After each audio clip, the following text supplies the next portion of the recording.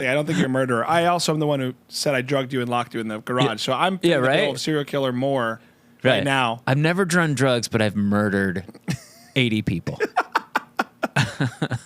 No, you have murdered. On stage. Hey, let's go. We're connected.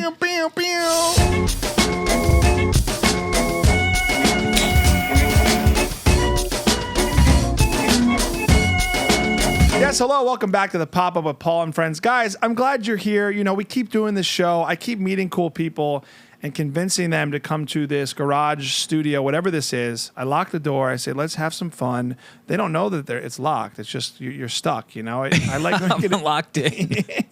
I make people, you know, I want you on your toes in the beginning. But this next guest, what I love about doing comedy in LA is I meet people, I meet comics, and you know, when you're in the comedy scene, you're kind of like, oh, hey, you're cool, you're nice. But this guy from the outset, we met over a year ago, was awesome, like a friend I've always had. I loved his energy. And then we just bumped into each other again doing shows, and little did I know, he's been working on a special for so many years, and it's brand new, and it just came out. It's called Delivery. We're going to hear all about it. Put your hands together for the very funny Eric Schwartz, everybody. Yeah, I can't hear you. Because we're recording, and you're there. Yeah, well, actually, we're in a studio. I'm in the dungeon. It's kind of like practicing bombing because we have no response of an audience here. Yeah, we just have to fool ourselves into thinking we're killing it. Yeah. So what's hard about podcasting as stand-ups, right? Like, if I'm not laughing, is it still funny? Yeah. I mean, that's the power of affirmations. That's why you got to do your affirmations, Paul. Every morning. Just write them down and just convince yourself, I'm killing it. My hair looks real. Yeah. What? Yours is not real? Yeah. Well, sorry, I should have made a hair joke out of it. Hair people problems. You know what I mean? I saw you do a hair joke the other night, so I felt like I was allowed to talk about it. Yeah, you can, man. You know? I'm as bald as baby's butt, and I'm proud of it. I feel like there's a misconception that bald is a bad thing, and I think, you know, it's really, we're just showing that we have a surplus of face. You also have a good face and head shape for that head. Thank you. I don't know what my head looks like. I haven't seen my head since I was a baby. Like, your hair is dream hair. Thanks. For a man, like, you've got like enough hair to last you a lifetime. You know, I paint the hairline on. I talk about this too much, but since doing television, I'll thicken the hairline a little bit, and one day I might tattoo that line just to play it safe. Are you serious? Yeah. Like, I'll tattoo just like black here, so it always looks dark. See, here's my thing. You're very honest about it, which is rare for somebody who does any guy like that. It's an insecurity, yeah. But that's the thing. Like women are allowed to wear wigs, but like if a guy does it, I do this in my special. I talk about this. Like, what am I supposed to do? Like, we have 3 solutions for guys. People blame us for being bald. Right? All we did is we had genetics, and we have 3 possible solutions. We got drugs, rugs, and plugs. Okay? Now what you're describing is the rugs, like if you're putting something false that wasn't there before. And then, like, I've been bald for over 10 years. Am I just supposed to show up tomorrow and be like, "Hey guys, you guys notice anything?" It would be funny if you like took your hat off with your friends and family and you just had this like huge coif or like that, you know, you haven't had in a decade. It'd be kind of funny. I think it would be, I know that like subliminally, subconsciously, I would love to have my hair back because there's just possibilities. Because the reason I know this subliminally is that I'll have dreams that I have hair again, and I'll be like, "Oh my gosh, this is so fun! I can do whatever I can," because hair becomes our identity as men, for sure. Yeah. And then when you start losing it, you freak out because you're like, "No, this isn't me. This is somebody else. I'm supposed to have hair," and you lose your identity. But what I'm saying is that your face is your true identity. Be proud of your face. Proud of your face. Now, yeah. You know, you can get in trouble for black face, but can I get in trouble for black scalp? Is what I'm curious. Well, let me tell you, there is a group out there that does appropriate bald culture. Really? Yes, and they're called the Blue Man Group. They do. They're fake. They wear bald caps. Yeah. And you're supposed to, like, how can you do, like, we live this life, you know what I mean? You can't be just bald at work and get home, take off your bald cap and be like, "Oh, I hated that." Yeah, it must be nice to pretend. Right. Did you watch Arrested Development? You know, when he auditioned for the Blue Man Group, David Cross, you ever see it? I watched every episode of it, and I just forget TV shows, man. And I forgot. He tries to be in the Blue Man Group, and he's bald. Yes, so I remember. funny. Yeah, I do remember that. Yeah. I guess he was maybe put a bald cap on actually though. Okay. I met those guys, and they, it looks real. The head looks real, but it's rubber. They're very talented. And I have a friend who used to be their DJ, Mike Realm, my favorite DJ in the world, video DJ. He's amazing, man. But like, they're super talented, but I thought they were bald this whole time, and then I found out they weren't, and I'm like, I thought I had allies. I feel like you can start a movement, man. I mean, appropriation's appropriation. Why don't play the victim? It gets a lot of attention. I think you can. I think you can claim that. I think anybody can claim anything, maybe. Yeah. They hurt my feelings. And what about people with blue skin? They have not, Yeah, the avatars of the world are like, the avatar Right. people are probably very offended. Yeah, they're in an alternate universe picketing right now. Did James Cameron appropriate the Blue Man Group? Well, it goes deeper, dude. I don't know which one came first, man. Are the Blue Man Group an avatar for avatars? Wow. There was drugs in the chocolate I gave you for that. I think so. You just gave me a chocolate before I came on, and I go, don't drug me. And my mind is going, dude. I love drugs. I've never taken them. Some comedians, Never taken them. Some comedians did that. I can't remember who it was who like didn't tell their friend on a podcast. That'd be kind of messed up if I medicated people and they didn't know. Or you could really see, like you would notice eventually. You'd be like, I definitely would, because I have never done drugs. Whoa. I've never done, like, the DARE program worked on me. Wow. And so I just never got into it. And do you drink? I have before. I've had drinks, but I don't. It just makes me sleepy, man. So you don't like the feeling of being out of control or feeling sleepy, maybe, or which is it? Yeah, it doesn't. I'd rather have a coffee and like perk up and be like, yeah, you know what I mean? Like, and I don't drink that much caffeine, but like when I do, you go hard. No, I don't. I get like 50 milligrams in me, and I'm like, that's good. You know, maybe I have an addictive personality. I could have espresso every hour and be fine. You could? I like operate. Yeah, I'm fine with it. I could see that about you. You're the kind of guy that I would want to get a coffee with. Let's go. Yeah, because we would just start. You're easy to talk to, and I think that kind of for me, like they say that alcohol is the what do they call it? It makes you talk better. I need some right now. Yeah. No shot? No, I'm just kidding. Yeah. I can't express what it is, but the social lubricator. Yes. Yeah. But doesn't that go? I mean, thank you. I think for certain personalities and certain anxiety, it's helpful. But I think I naturally have like a lot of energy, and then even doing comedy, like I don't like drinking anymore with shows. I used to like kind of blend them. But I don't like feeling out of control if I'm trying to control being funny. You know? Yeah. I did try once when I first started. I'm like, hey, I'm going to try to have a drink before I went on stage. And I couldn't talk. Like, I had one drink. I guess I'm real sensitive to it. Like, I'm the kind of guy that I would go camping with my friends when I was like, 21, 22. And I would buy for the whole weekend of drinking and debauchery, I would buy 1 pack of wine coolers, which had 4 wine coolers in it. I would come home with 3. Wow. You're crazy. You're wild. That's a great quality, though. You're just born that way? Were you straight edge growing up or conservative growing up or anything? My parents, I think they didn't really drink much in front of me, and they lied to me a lot, like said they never did drugs or drank really that much. And so I was like, yeah, I want to be in my parents' good graces, and I just never really did it.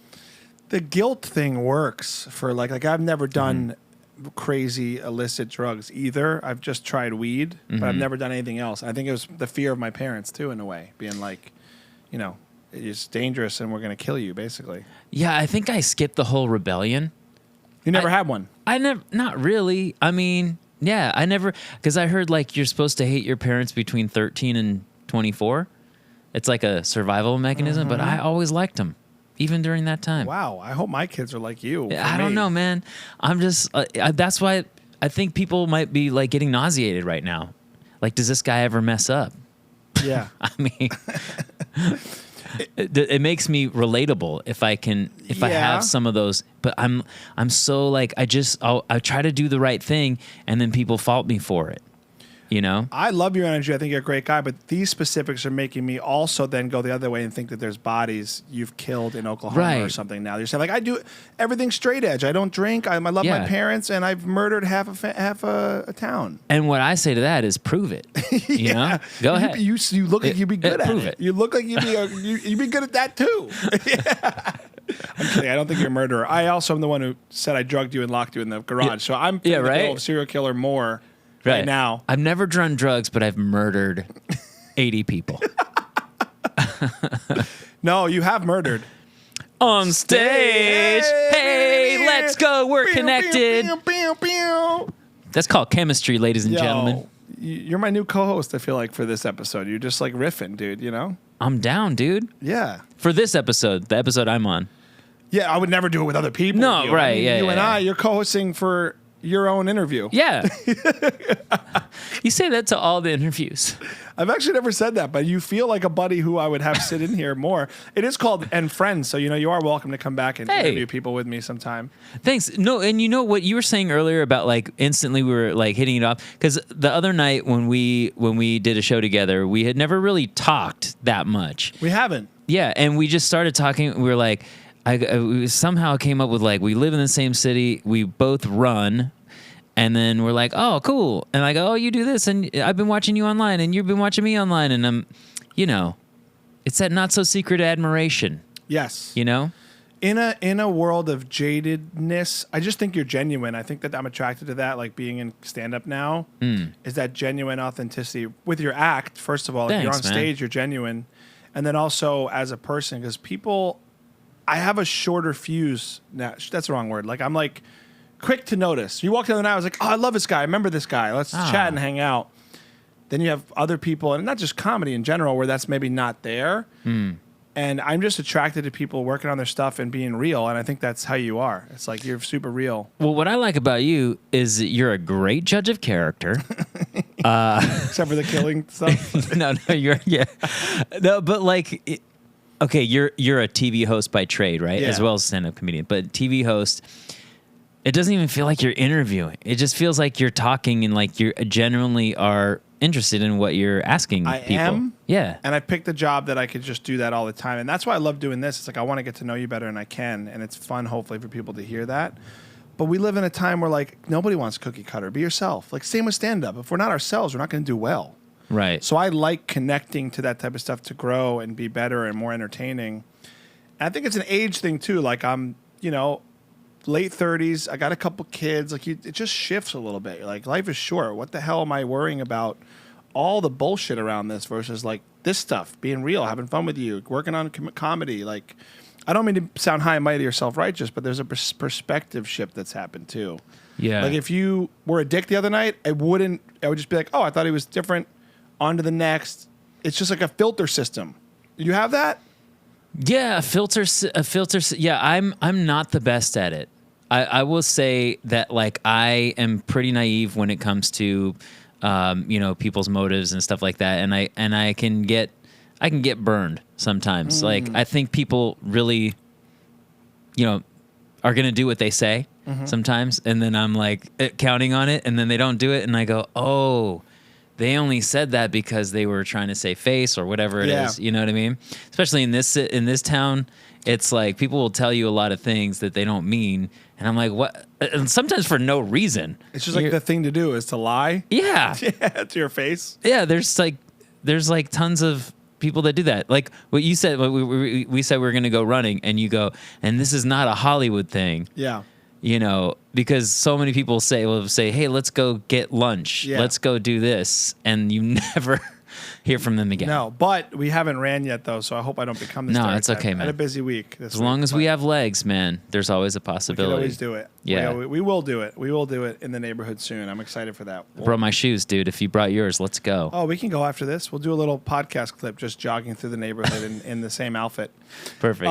No, I love that about you, man. You what I'm learning about you too, like it sounds like where are you from? Because I'm almost like I want to kind of guess based on what you're telling me, like the straight edge, the parents. Okay, I don't know guess. where you're from. I should know.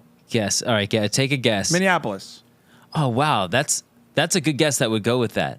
So why you say Minneapolis is because it's like a seemingly safe area, but like sheltered, but it's also a city, metropolitan. Yeah, I don't know. I just thought I don't know, Okay. somewhere like that.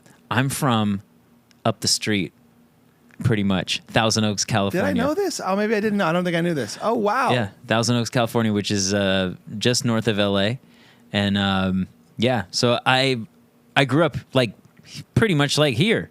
So I think that's why I think people think that LA is crazy because there's so many transplants from other places, and they come here for a lot of times selfish reasons. And so these are the most selfish, self-centered, narcissistic people that come from all over, and they go, well, where will I be accepted? Where can I be how I am? And they end up here. Yeah. So I also I was just in Thousand Oaks. So I went to like a pumpkin patch with my daughter up there, and it was so farm country. I had no idea. I loved it up there. I was like, I really was like, this is cool. It reminded me of like upstate New York. I think you went to Underwood Farms.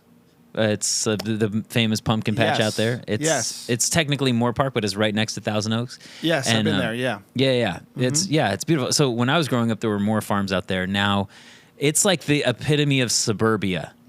I think it's like I wish there were more culture in Thousand Oaks, but there's a lot of chain restaurants. Yeah, there's like what do I say in one of my songs about? I did a song about the area code 805, and I go, this is the suburbs. This house looks like the other. I love Starbucks, but we don't need another. Nice. So it's a lot of that, and but that's in a lot of open space. So Applebee's. Yeah, Applebee's. Yeah, it's for funny sure. how a lot of America is that way. And we don't even realize it if you're not like you're from there. Where I'm from is a lot more mom and pop, so that's new to me. But I also Jersey.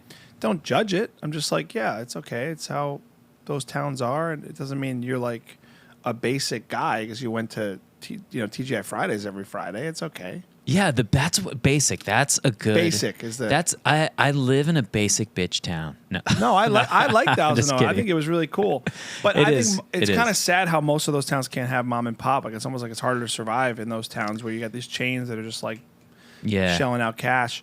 You talked about your songs. I want people to know how awesome you are musically because the first time I worked with you, I was very surprised. I saw you as a performer, and I was brand new to LA, and I was just getting into the scene. And we did a show together, and you got up there and absolutely killed the room. It was awesome. Not killed the mood. I meant killed, like you had a great set. But the music stuff was so unexpected. I didn't even know it was coming, and I was so pleasantly surprised. Tell me, like, your journey getting to be, like, musical as much as you're great at stand-up. Well, I always was into music. My stepfather is a musician. He's a jazz musician. And then when I was 13, when I was 14, actually, I took my bar mitzvah money and I spent it on DJ equipment. I was into hip hop from early on. We used to break dance and all that stuff. So we were like, hey, my brother and I were like, hey, we should be DJs. And so we bought turntables and started DJing. We would get records from this. My biological dad had a clothing business where we would go to the swap meets on the weekend and sell clothing. And then there was just here in LA at this place called the Rhodium. And if anyone from that era remembers the Rhodium, there was a record stand called Rhodium Records. Now, this is a famous place because that is where Dr. Dre used to sell his mixtapes. What? Yep. That's sick. He wasn't there, but his mixtapes were there. Wow. And I would spend all the money my dad would pay me on records, on like Dr. Dre's mixtapes, this other guy, Tony A. And that, like, I really got educated. I really got educated on hip hop through that process. Yeah. Talk about like a cool setup with the dads too, like music and fashion. Like you guys put I wouldn't call it fashion. Well, I mean, but still the influence of like, you're doing clothes. Like maybe it wasn't as cool. I wish it was fashion. So here's what he this is the most Jewish thing ever. All right, here we go. My father, he sold schmattes. That's the Yiddish word for rags, clothing. He would go and get clothing from downtown, and it was office buildings. This was before like Ross and TJ Maxx made their huge proliferation to everywhere in the U.S. And he would go around in a truck that had a store inside of it. Oh. And he would go to office buildings, and the ladies would come out and shop on their lunch break. And then that's how he would do routes all during the week. And then on the weekend, we would go sell things at the swap meet. Wow. Yeah. But dude, you say it's not cool, but like if you look at most people and hipsters in LA now, they're thrifting. They're wearing probably similar items. Probably the same stuff that he saw. Saying, now it's finally cool. Come back around. Now you're like, all right, maybe it's cool now. But you know what was so cool about that time is that if you go back to that swap meet now, it's not the same. There's a lot of like farmers market type stuff with food. But back then it was like they'd have gold chains on a rope and you would just cut it. The probably fake. Mm-hmm. They'd have like any kind of like Gucci bag, probably fake. Like shoes, like Air Johnsons. You know, yeah, sure. They had records, like the music there was no streaming at that time. Yeah. And then there was Chamois, the ShamWow guy started there. I actually met him, Vince the ShamWow guy at a show, and I told him like I used to go to the Roadium and they would sell things like he sold. He goes, dude, that was me. Wow. So he goes, yeah, I used to sell at the Roadium during that time. I love those things. I used to go to them a lot in New York, and growing up, like flea markets, there's an energy and there's a fun, like bohemian. You find it's like the hunt too. Like you find knickknacks and stuff. Yeah, a lot of antique stuff there. Now. I love that. It wasn't like that then. It was, you know what I mean? Yeah. It was like because you can get all the stuff that they used to sell the swap meet like on Amazon now. Yeah, it's different. Yeah. I'm intrigued also. By the way, I used to DJ, and I started in DJing too. And I used to do bar mitzvahs and weddings in New Jersey. Same with me. So that's how I kind of started as a performer before even TV or anything. Yeah. I was in front of people being like, ladies and gentlemen, now for the first time as husband and wife, the brand new Mr. and Mrs. Yep. And I did that. That's how I started all this. Yeah, me too. I was a drummer, but I played in wedding bands and I DJ'd them. So I know that world really well. I had records, CDs, except CD cases. Yeah, I still have all my stuff at home. Wow. Okay, how nervous were you the first time you introduced a married couple? So nervous. I messed it up. I was so nervous. I've done the same thing. I said, ladies and gentlemen, give it up for Mr. and Mrs. No, I said, ladies and gentlemen, give it up for Mr. and Mr. Garcia. And they were looked at me like, what? You were like, Mrs. You were just 15 years too early on the legalization of gay marriage. I was really before the time. ahead of my time. I go, gender doesn't matter, people. Yeah. That's amazing, dude. I used to have recurring nightmares that have since gone away. I have other ones now, but it used to be that same thing. It was like the wrong name, and I've done it all: the wrong name, the ex-husband name, the dead father-in-law. I've like said it all. Yeah. The one song that if you play it brings up the ex, like or whatever it is. Don't played it. Everything, right? Yeah. But it really gave me a great like roots in like being a performer. And I remember my dad, we did a promotional video. I got to find this, man, because I do this for a living now. And I remember this might be why I've continued pursuing this. He had me do a promotional video and I got zits and bad hair. And I'm like, I start with the classics all the way up to today. And I'm like trying to be natural. Yeah. Selling myself as a DJ. And it's just the most contrived, stilted. I just like playing everything and getting people fuck, and I would like mess up and get mad at my dad, and so it's funny how I look back on like that time, like we were so young. How young were you when you started? I started DJing when I was 14. Yeah, I was similar. Yeah, even younger. Yeah. Yeah. So it's kind of daunting to be like the leader of a party at that age. Yeah. Right. I mean, when I started, I think I might have done one wedding at that time. But I was mostly doing parties for like my peers and younger. I was doing like junior high dances. That's cool. And high school dances. And then eventually it turned into some cool stuff. Like I got to DJ for the studios, like the Hollywood studios. I got to DJ Spring Break in Jamaica. Whoa. For MTV once. It was like, I did it for like 6 years. And one of the years MTV was down in Jamaica, and like Jay-Z was there. Wow. Came into like I shook his hand, came right up to my DJ booth. Wow. Destiny's Child. So they might have like Jay-Z and Beyonce might have met at that. You put them together. I think it was me. Yeah. Wyclef. Nice. Yeah. I got to actually DJ behind Wyclef. He threw a party at our bar to like at the end of the MTV Spring Break. Boys to Men was there. Nice. Yeah, it was amazing. DJing is such a ticket in that world if you get good at it. I have a buddy now who's an awesome DJ, and he's done it forever, and he's going back to doing events. He does Dodger Stadium now for the Dodgers. Oh wow! But like, it's such a cool gig when you can get very connected. You're the guy providing the tunes. You're mixing. How good were you at mixing? Because you're a great performer musically with rap and stuff. It's all rhythm, so I'm sure you're good at mixing and stuff, right? Yeah, I actually, my girlfriend did some parties recently just for fun, and I DJ'd them. It's like came out of retirement, So fun. and then I was like having so much fun. And my mixing, I guess, I'm still good at it because the DJ from the actual bar, he goes, "Whoa, you're not using the sync? There's like a button that I didn't even know about it." That you can sync all your mixes to be on the same tempo, and I wasn't using that. I was like just mixing old school, and he goes, "Whoa, I've never seen anyone do that." I'm like, "What?"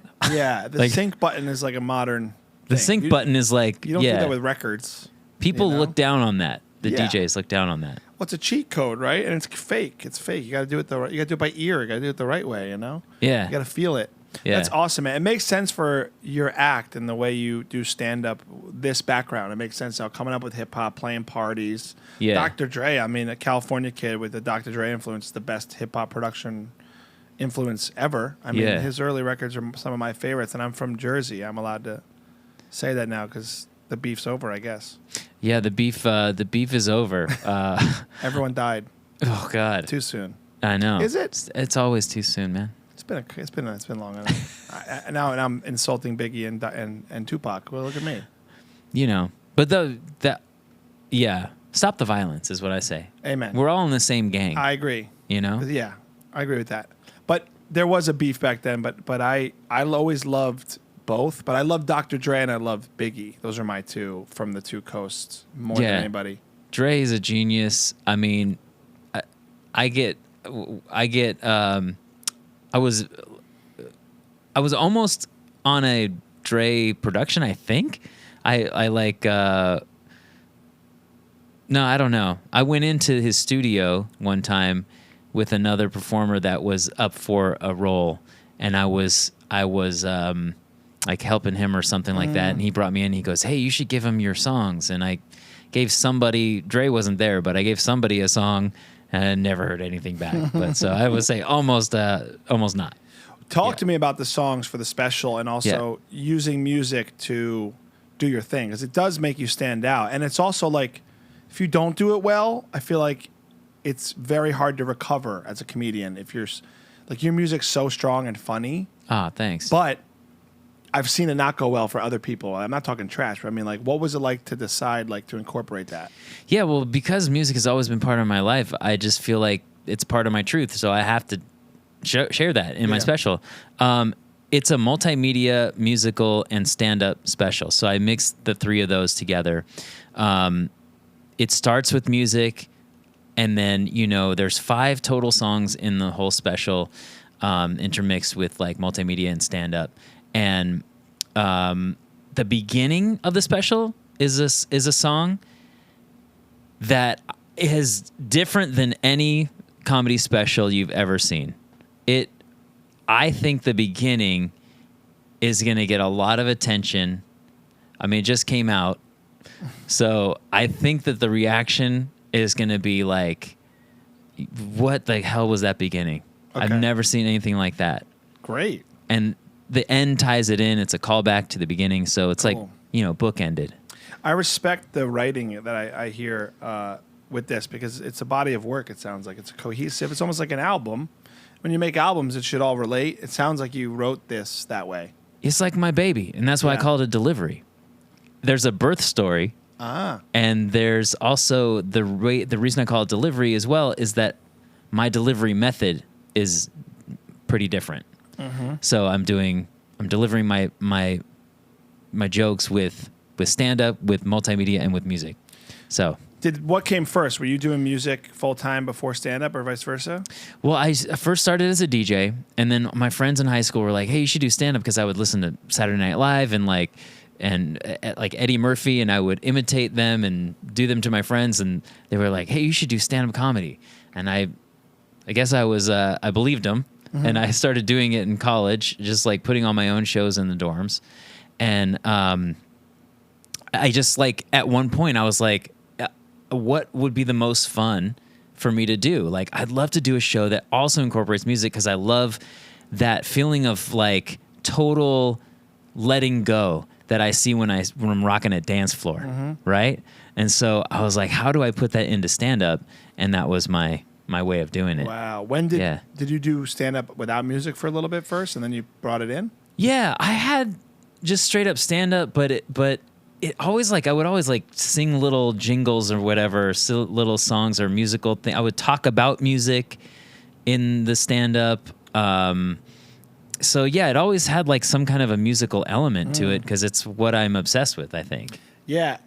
Do you pick and choose? Like, I know you're at the Laugh Factory tonight. Do you pick and choose? Because it's also a production. You got to bring equipment. You're bringing musical stuff. Like, what do you bring? Is it your decks? What is it? You have a bunch of stuff. I have a looper. Okay, that's right. Yeah. Yeah, I have a looper that also does vocal effects, and then I have an iPad, and then that's what my current setup is, and I wouldn't mind, expanding on it. I got to just, I'm gonna play around in my studio between now and the next, big tour, and maybe I'll add some gear. Maybe I'll bring some turntables in and yeah. But do you bring that to clubs, or do you work on? So you're bringing that tonight? Yeah. No, I'm not bringing. I'm bringing my looper and I'm bringing my iPad.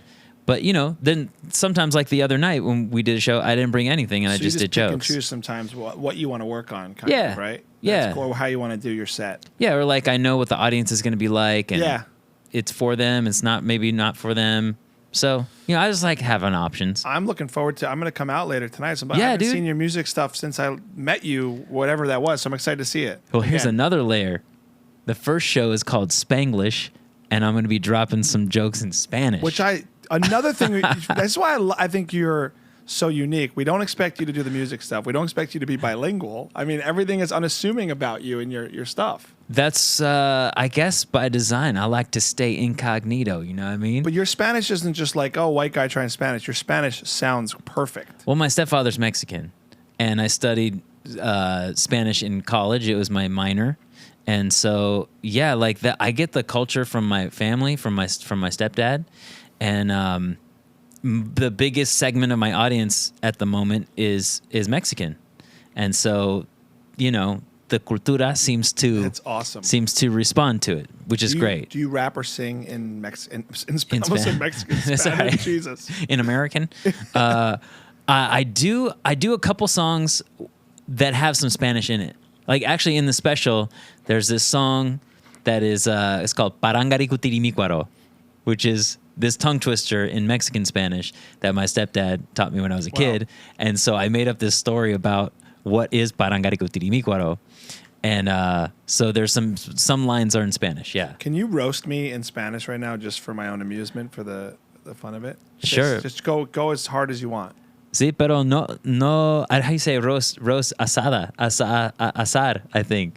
Because like carne asada, it's like cooked. Pero no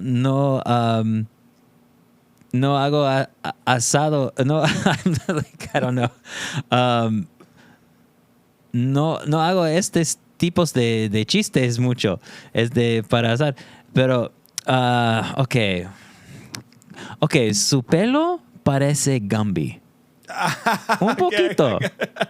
Pero moreno. Gracias. Pero moreno. Gracias. Okay, so I look like Gumby. That was a pretty safe roast. I like that. See, even nice when you're trying to roast in Spanish. Yeah. You can say anything. I wouldn't have understood it, but I understood Gumby. I'm not a big roaster. That's the thing. I'm better in Nice. Spanish. You're too nice. Yeah. I think about that. Like if I ever did a roast battle, I would just have to just like summon every evil spirit I've ever thought about, I just saw one the other night. I like that brand of comedy. I love Don Rickles, but it's such a fine line now. Like I respect it when it's ribbing and then it's loving. Sometimes it's only one, and I feel like these contests now, these shows, are just like. I mean, honestly, it was really fun to watch the other night. Like, it's a way I show love with my peers, especially comedians. Like, the more we're your friends, I might start ripping on you, and it's like a sport, right? Yeah. But yeah, it's a weird thing. Or like, there's like a whole science to it with the comedy scene here. I think where like you have to really do it. There's some people that are really good at it. Yeah, they're brutal. My friend who just won the roast battle, like the championship, his name's Ryan Neeson. He's great at it, and I've known him since before he was a comedian. And like, it's weird. Like the longer I do comedy, the more it's like splintered off into different niches of like types of comedy you do. Little buckets, yeah. Yeah, it's kind of cool. Well, you're your own, but like the special included, you're your own unique lane, which I think as we do this more is the goal. Like I've struggled since I've started to figure out where that lies. And I think it's our duty to be like, here's the lane I'm pursuing for myself. You knew the music thing, but it probably took you many years of chiseling the songs, the act, the Spanish stuff you want to say, right? Like how long have you been working on this? To me, it's like snapshots, right? So like this special is a snapshot of where I was when I recorded it, right? So, we can prepare as much as we want, but it's like just a moment in time that we're capturing. Yeah.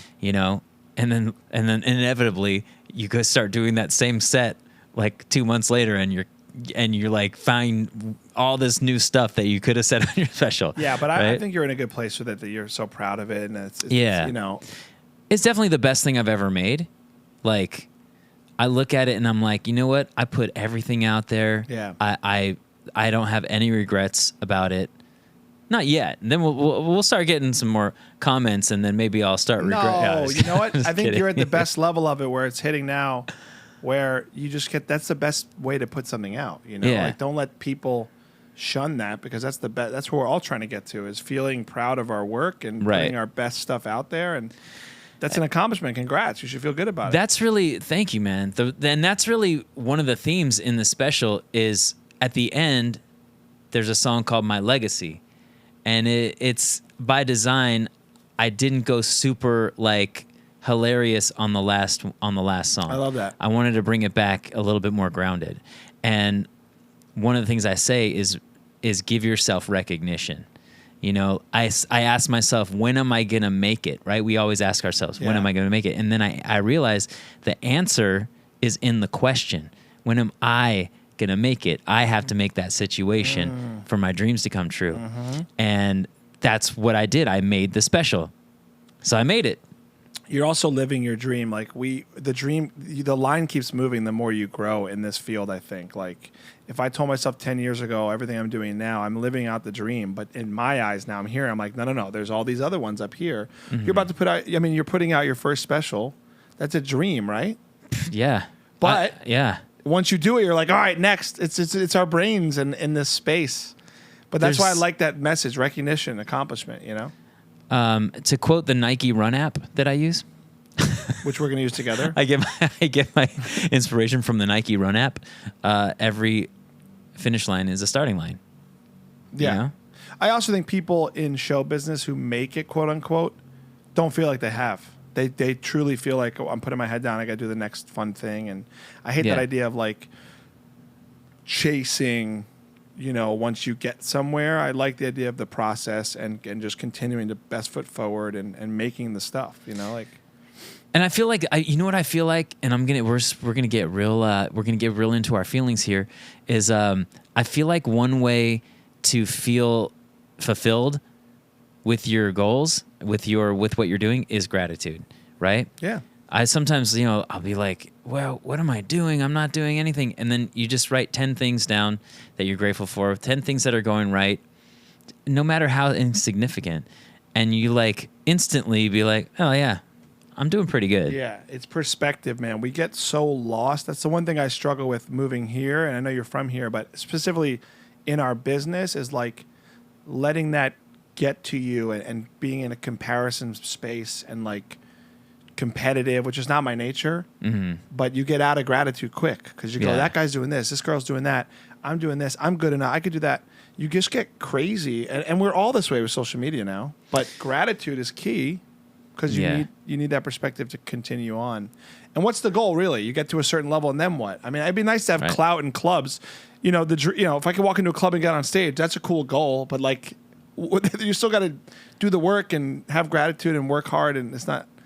Well, you're still going to be doing the stuff, is what I'm saying. Right. It's tapping in and listening to whatever you source gives you your inspiration. You know, like people ask sometimes, they go, how do you come up with that? And I go, I don't come up with it. It comes up with me. And then it's our job to like record that in, you know, writing or actually recording it. But you know what I mean? Now we're getting real deep. I like the deepness, though. By the way, the studio, some people say sometimes I set it up in a way where this big leather chair and the couch is like kind of therapy. Yeah. I'm not equipped for therapy, but you could lay down and tell me. Lay down. Yeah. Tell me about Ask me. any parental thing. I mean, you didn't hate your parents, so you're fine with the parents. I love my parents. More core issues for you. Mom, Dad, I love you. Thank you for a great upbringing. Wow, this is different than most therapy sessions. I did get my mouth washed out with soap a couple times. I thought that was wrong. I want to say when you said that I was just like my father, whose fault is that? I want to say, I love you unconditionally, no matter what. And I loved having not one parent, not two parents, but 4 parents that I all consider my parents. Wow. You know what I mean? That was the healthiest therapy session I've ever heard. So cleansed. That was so good, man. Thanks, man. See, you got it off your chest. You're a good mentor. I'm a therapist. You are a therapist. Yeah. You are. I honestly feel like in this town, if I branded myself as one and just listen to people, I could make a killing. I could just be like, hey, tell me everything. You know what? Just act like one. That's what we do in this town. Act. How many therapists in LA are actually certified therapists? I'd be surprised to find out. They're just, I don't want to say out of work actors, because if they're doing it, they're working. They're acting. Yeah. That was good, man. It's the first time someone's really, really, got deep on the couch like that. Literally deep on the couch, Oh, yeah. I found change. Not only in the cushions, but here. For a guy who doesn't do drugs, you seem high. You know what I'm saying? Oh, thanks, no, man. I'm kidding. No, I'm kidding. That's why I don't need to do drugs, dude. like you too. I'm pretty spaced out. You're not spaced out. You don't seem high. I meant like you're very connected. You're a deep thinker. It's good. Maybe my brain's made of marijuana. Could be. THC. You have like a weird THC level in your brain. No. Yeah. I think you, based on what you're telling about your family too, and I think you have a good wiring for the outlook on life, the gratitude. Wiring is maybe not always part of it. It's also nature, nurture. It's a mix of things. You sound like you had a great set of parents, Yeah. And, I mean, like you compare yourself to other parents and you go, oh, I wish my parents did that. I wish my parents, but like whatever. Like maybe if I didn't have a good upbringing, I don't know about it. I'm actually very impressed. Usually when there's a step parent, there's like the trope to like the evil step parent. And yours, you literally learn the language and embrace the culture. Like I feel like that's the opposite of what most kids would have done. Yeah, man. I mean, He showed up and you were like, bienvenidos. Yeah, bienvenidos. Bienvenidos, Jaime. He was my stepdad since I was like 4 years old. Oh, okay, that's cute. So I was really young, and he's just the coolest dude. Like he's hilarious. He's the coolest dude in the room. You always want to be like him. He's this guy in a leather jacket playing guitar. Hell yeah. He's got great hair, something that I admire. Your family parties sound like they were a blast back in the day, too. Yeah, I mean, he just always had that vibe. Like, he was a cool jazz man. Nice. Yeah. Does everyone speak Spanish in the house? Did your mom learn or any other, were there other siblings? Oh, so I have my brother. Oh, yeah, you said that. My brother, but I think I probably speak the most Spanish, maybe even more than my mom. I think more than my mom. She did learn a lot, and they actually live in Mexico now. Oh, cool. Yeah, they live in like the middle of the country. That's amazing. Yeah. Wow. And I've got to travel down there, and it's really made me realize, like, I think America has a misconception about Mexico. Yeah.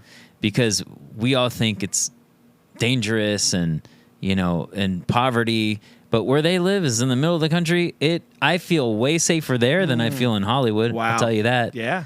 Like there's some homeless people, but they're like nice, and you would say hi to them, and you'd be like, "Hey, what's going on, Jim?" Yeah. Or like they're like the neighborhood homeless people that you see every day. You're not like stepping over poop and stuff like that. Yeah. Everywhere judges everywhere else. Like if you don't know it, it's just ignorance. And because we hear headlines about stuff in Mexico, or most of the tourist place also I feel like are gorgeous in Mexico, like the beaches and stuff. And I can imagine small towns like that. Yeah, must be so nice. Yeah. I'm imagining you overhearing people speaking Spanish. Like, what's the funniest scenario since you learned the language? Oh. Where did you talk about this the other night on stage? I did. I might have talked about this. It's in my the other head night. because like we would not expect. Like, you ever call someone out and be like, I understand everything you're saying, you jerk or whatever. I'm not fluent. I used to be fluent. Sorry. You're close enough. You sound very, very good. I have a really good accent. And it's Mexican, the accent, right? Yeah. Which is also what's so wild to hear from you. I'm not fluent, but I have a really good accent. So that gets me into troubles because I'll start speaking and then people assume that's what it was. Can understand everything. Yes. And the other day, the gardener was outside in front of my place. I live in a townhouse, and he was talking about cutting down the trees. And I could tell because he was motioning toward the trees, and he said árbol, which means tree. And then I go, ¿Vas a cortar el árbol? Which means, are you going to cut the tree? And so he thought that I spoke Spanish, and he just comes back at me with like lightning fast. And I didn't know what he said, so I just smiled and I said, gracias. Bueno, gracias. I just walked away. And a tree landed on your car an hour later? Yeah. So he could be like over there unrooting the trees, and I don't know. Yeah, but you know what? With your knowledge of it, if you went to Mexico for like 6 months, the speed would be fine. It's just because you probably don't speak fast with everybody all the time. Yeah, it's like I've been fluent a couple times in my life, and it's usually like when I'm in a Spanish-speaking country for a while. I'm just like immersed in it. You're around it, yeah. I was the same with Italian. I lived in Italy and I spoke every day. It's like you're just around it because so much of those languages, especially Spanish and Italian, it is the twang, the physicality, the dialect. Like I love that about the Latin languages. Like you pair things together so different than English. Yeah, and you don't really know it unless you're on the streets. That sounds wrong. But you know what I mean? If you're there, you have to be there. And Italian, I'll tell you this story. When I was DJing in Jamaica, I met this Italian girl. And we hit it off, and we were like, she did not speak English. Nice. She spoke Italian, and the way that I communicated with her was in Spanish because the languages are so similar. But it's not all the same. So I spoke Spanish to her once, and she didn't understand. It was so funny. I said something in Spanish. I go, ¿quiere ir al restaurante y vamos a comer langostino or something like that? And we're going to go to the restaurant and eat lobster. And it wasn't... Let me take that back. I said something about like, do you want to go somewhere? And then she goes, pizza? Like she thought I was talking about pizza for some reason. Oh, so it was like she totally misunderstood. She misunderstood the restaurant. But talk about romance, two Latin lovers with two different languages. She had lost. The only thing that was translatable was the love. It was. The amor or amore. We just had the A in Italian. That's all Amor it is. y amore. A lot of the same phrases. I understand Spanish from Spain better than Mexican Spanish because Mexican Spanish is a lot faster and slangier to my ear of Italian. Do you know what I mean? Yeah. So I pathetically try and speak, though, now that I'm here. Like I speak a lot with Mexicans, and I think I look bad. But you're talking in Spanish, or are you speaking Spanish? I usually say like, puedo hablar un poquito, hablo italiano. Hablo español con un acento italiano. That's what I usually say because it's true. I speak Spanish with an Italian accent. And then they go, we're not working here. We're working next door. Leave us alone. Stupid. Yeah. And a lot of times I'll meet Mexican people here that they don't speak Spanish. And they go, you speak more Spanish than I do. Yeah. I don't know. I love the way you bring it up in your comedy. And I know everyone was going to go watch a special after this, but I love... It makes it so fun and endearing to watch you talk about the upbringing and the culture, la cultura. I love the way you say that. It's so unique, man. It's amazing you found your voice in obviously it's you, but you've made it work and made it funny for people who don't know you out of the gate, you know? You know, it was crazy. Like when I started hearing more and more talk about like, against Mexican people coming in the country and all that stuff. There, a few years ago, I don't remember what happened, but like around an election, somebody said that like Mexicans are rapists and killers and stuff like that. And so I made it a point to be like, you know what? I'm not going to tell people what they should believe. I'm just going to celebrate the cultura. Yeah. Cultural appreciation. Yeah. And I think that is what I try to do with things that I love. Same with hip hop. Like, I really love hip hop and I celebrate it, and I'm not trying to be the inventor of it. I just, I love to spread the joy of hip hop, through Totally. with my comedy. Yeah, we take what we are and what we love, and we try and spread it with the world. I feel the same way about my beliefs and culture, and I think it's important. I think that authenticity is what really works in comedy. That's what I found. So you're being authentic. If you get up there and you try and sound like a comedian who you think is funny, or you're like, I was like that the first few years. It's like you have to become who you are. It's the hardest job in the world, though, to look at yourself and be like, who am I? What do I want to say? It's freaking crazy. And, I think the audience, like, eventually what happens with the audience is they see part of themselves in you, right? Yeah. So I don't know what it is that they see in me, because we're all different than other people, but yeah, man, I'm glad it's working. It's definitely working. Now, I love seeing you, like, you're on the marquee at the Laugh Factory here in Hollywood. You're at a great level in town. You're doing big shows all the time, right? Like, how long have you been a working stand-up? I'm just curious. I don't know. When you say working stand-up, I don't really know. Here, I mean, like, how long have you been getting up in LA? Yeah. I think I came back to LA in '97. Oh, and you've been doing comedy? I started in '94, dude. Wow, dude, Yeah. that's sick. Yeah. Oh, that's awesome. But I was in college, and I just was like doing shows in the dorms. Wow. Yeah. So I ask you because you are at a Jedi level the way you perform, and I think it takes that time. It takes time. Time, definitely, but there's really, time will definitely help you. You get better, but there are people that don't do it very long that reach high levels of success. And that's, there's no set timetable. Totally. That's what I think frustrates a lot of people, is that it's not like a job where if you put 4 years in, there's a prerequisite, and you put these 4 years in, and then you can be eligible to be a supervisor. It's not like that. It's like maybe you're what people are looking for at that moment. Yeah. So the things that we have control over are what we put on stage and how we have our heads set straight. So those are the things that you gotta, focus on. I love it, but you also continue to do it and grow in it. Like, I understand that feeling now, doing it as long as I have, where it's shifted, where I'm like, oh no, I'm going to be doing this. This is kind of something I'm going to continue to work at.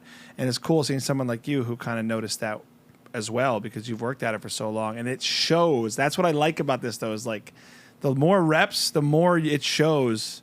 It's like I guess you could say that about anything with like the time and the focus, but stand up specifically, it's like, it is pretty rare what you're describing, and it can happen, but like Robin Williams, but I think I don't know, I respect the hustle of stand up more than ever before, because I really see the nitty gritty now that I'm doing it. You know what I mean? It's like a lifestyle. Yeah, that's maybe what I'm saying. Yeah. And I feel like with any comedian anywhere, I do feel somewhat of a connection of fraternity.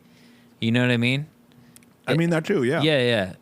Like, if you meet another comedian, no matter where you are in the world, you're like, okay, they go through these things where we're staying at a bar all night.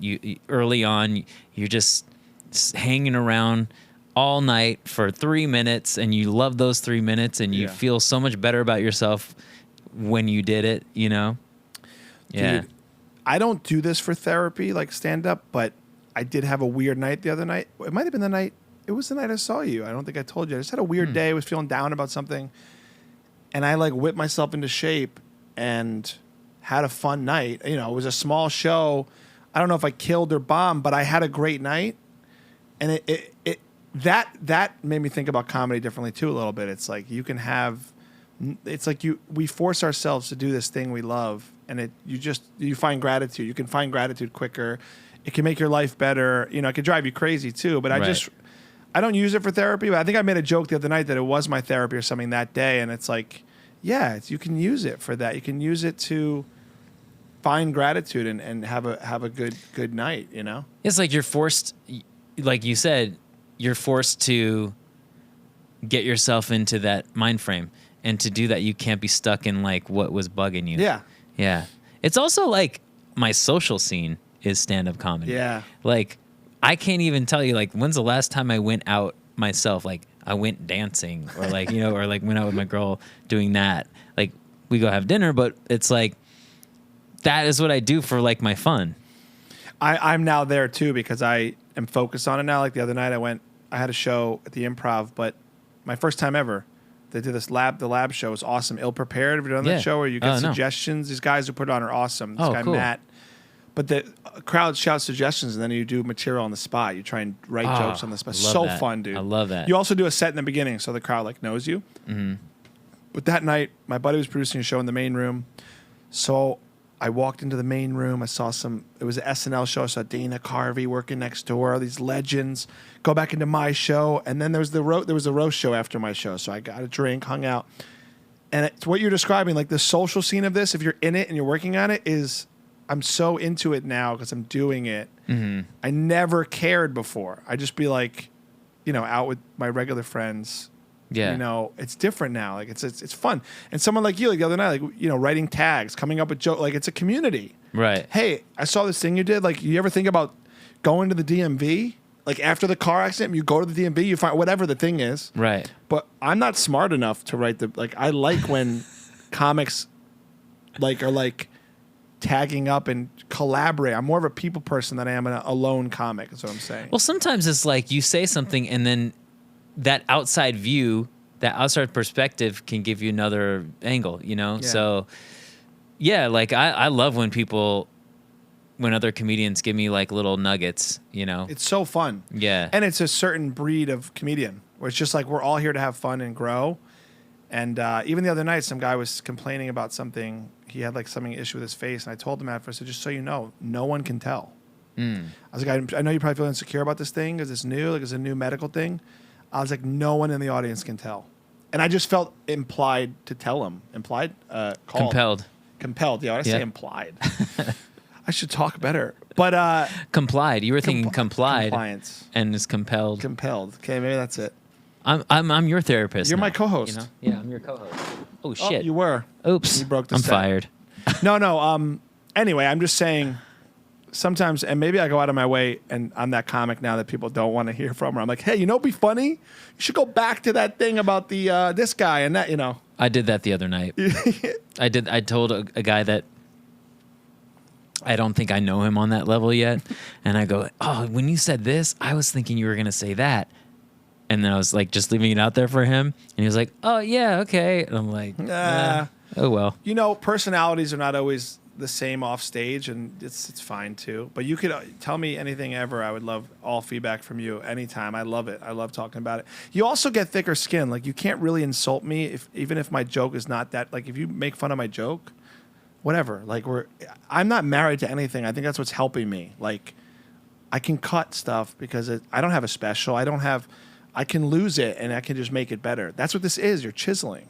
Yeah, you know, there's a freedom in that. In like, you know, I think we should always feel that freedom. I think we think a little bit too much about it, and we say, oh well, I have too much to risk. But when do you know, you really don't. It's this practice in humility because we always want however many people are there to think we're funny, right? And there's this risk of like, if I try something that's not what I know works, it won't be funny, and they'll think I'm not funny. And like, but really, if you zoom out, even if the new stuff bombed for however many people are there, you're gonna get over it. It's not, in terms of life, gratitude. It's not that grave. It's not that. It is high stakes, but not really. Yeah. You know what I mean? Yeah. So I have that perspective on it lately as well too. But then when you hear people laughing and there's a bunch of people there, you know you just want to ace. You know, you just it's like you step up. You're like, I got to do good. You know. Yeah, I feel like more and more. I've been more like relaxing about destroying, you know, because sometimes when you try to kill, you're off your own. You're on your professional agenda. Right. When you wanna just kill, you know, but that's what your performer, like your person, who you are inside as a person, that sharing that with the audience or like connecting with the audience, that should be your only agenda. Does that make any sense? Totally. It should be show Your to goal. show. Yeah. Yeah, because it's like any job. If you get too in your head and you're too perfectionist about it, it's going to show, and you're not going to do as good of a job. And I'm starting to tell myself that because I'm performing more consistently. It's like, just play, do the material, but play. And like, I also never wanted to do stand up because I thought it was like the same script for everybody, and I don't like the monotony of that idea. So I've kind of forced myself to play as much as do stuff I think will work, and it morphs, and it's just, look, I'm so young, and it's helping me write more because I'm playing around with stuff, you know. Yeah. But I look at someone like you, full special, and I go, wow, like, that'd be cool one day, you know. Man, you just keep going, man. And then you, like when you say chisel, right? You're gonna get those finished carved pieces, and then you're gonna have 2 of them, then you're gonna have 5 of them, then you're gonna have 10 of them, and then you're gonna be like, now I'm gonna shoot my special. Yeah, you know, it's an economy of words and time, man. That's it. Just how long's your special? 53 minutes. Perfect. Yep. Perfect. That's tight, dude. And I feel like this is one that people are going to watch the whole thing. Yeah, it's tight. Yeah. It's good. Yeah. There's a lot of people, they'll watch 10 minutes of a special. But this one, once you see the first part, you can be like, damn, I'm sticking around. I'm excited, man. And like, in this day and age, that's a good amount of time, like where you could, put some clips out and tease it a bit and get people excited. I'm proud of you, too, because we talked the other night. I know it's on YouTube, and that's the way to go, and that should feel really cool too. Like, that's a huge step to do that. Put it out. Yeah, man. You know, like we gave it to all the networks, and I am honestly glad that I'm going on YouTube. It sounds counterintuitive because you want to sell your special and you want to make money on it, right? But the thing is, it kind of goes along with the theme of my special, and it also gives me the most control. Yeah. And it's like, I did it. Nobody can take it away from me. Nobody can say like, oh, well, it's because you got on such and such network that now it got big, and it doesn't have value. If my special takes off, or when my special takes off, going to. It's all because of the audience liked it. Yep. You know what I mean? And it's the material and the comedy and the person. I think that YouTube has that ecosystem of that. Like, people will seek out and like comedians, and they will watch it and share it, and they're there. The audience is there waiting for it. That's what's cool about it, you know. Whereas a Netflix of the world or an Amazon or something, it's good optics, it's good maybe paycheck, but it doesn't necessarily mean users will go find it and watch it. Like, you're in the playing, like YouTube is, and everyone we know has done the same thing now. It's like, I've heard so many comedians talk about this. You control it, you know. It's brilliant, man. Look, when I'm older, I want to be like you. So you're doing all the things right. Well, I want to be like you too. Well, let's be like each other and hold hands and go on jogs. All right, let's go. Sync up our legs. Yeah, I get comfy at this point in the episode. Now I'm putting my feet up. Where can everyone follow you and make sure to see the special, just so everyone knows officially? Yeah, Instagram, Eric Schwartz with 3 E's, EEERICSCHWARTZ. My YouTube channel is my name, Eric Schwartz, and my website, ericschwartzlive.com. You can find all my tour dates and link to anything that I do. Are you going on tour soon? Yeah, I got my tour starts December, and we're going to do a lot more dates in 2024. Awesome, man. Yeah. I'm so glad we're friends now. I feel like this happened very fatefully this week. And I consider you a friend now. Likewise, man. Thank you. It took this, though. Like, you showed up. Yeah, dude. You ate the chocolates. I ate the chocolates. I'm in. You said I had good hair, Gumby hair, you know. You told me about your parent stuff on the couch. Yeah, man. We had a great time. It was great. I felt so relaxed, and have me back anytime. Dude, yeah. Like, soon? Yeah. All As right. a matter of fact, because we're neighbors, if you're in the LA area and you see us running in the area, yell at us. Yeah. It's going to happen. You're going to see us jogging. You see one bald guy and one Gumby guy, 2 pairs of glasses. We should really do a sketch or something where we like dress up like something weird and run. I don't know what And it is 3 yet. legs, because we're going to tie one of our legs 3 together. legs. Yeah. Dude, probably be a good core workout. Yeah. We're going to tie one with 3-legged marathon runner. Dude, I'm in. All right. I'm so glad you came. Thanks for coming. Guys, make sure to check out the new special out now on YouTube, Delivery, Eric Schwartz. Thanks for tuning in again. I'm always having fun in here. Come back. We are here every week. Eric, you're the man. Thanks for coming, dude. Thank you, man. See you guys.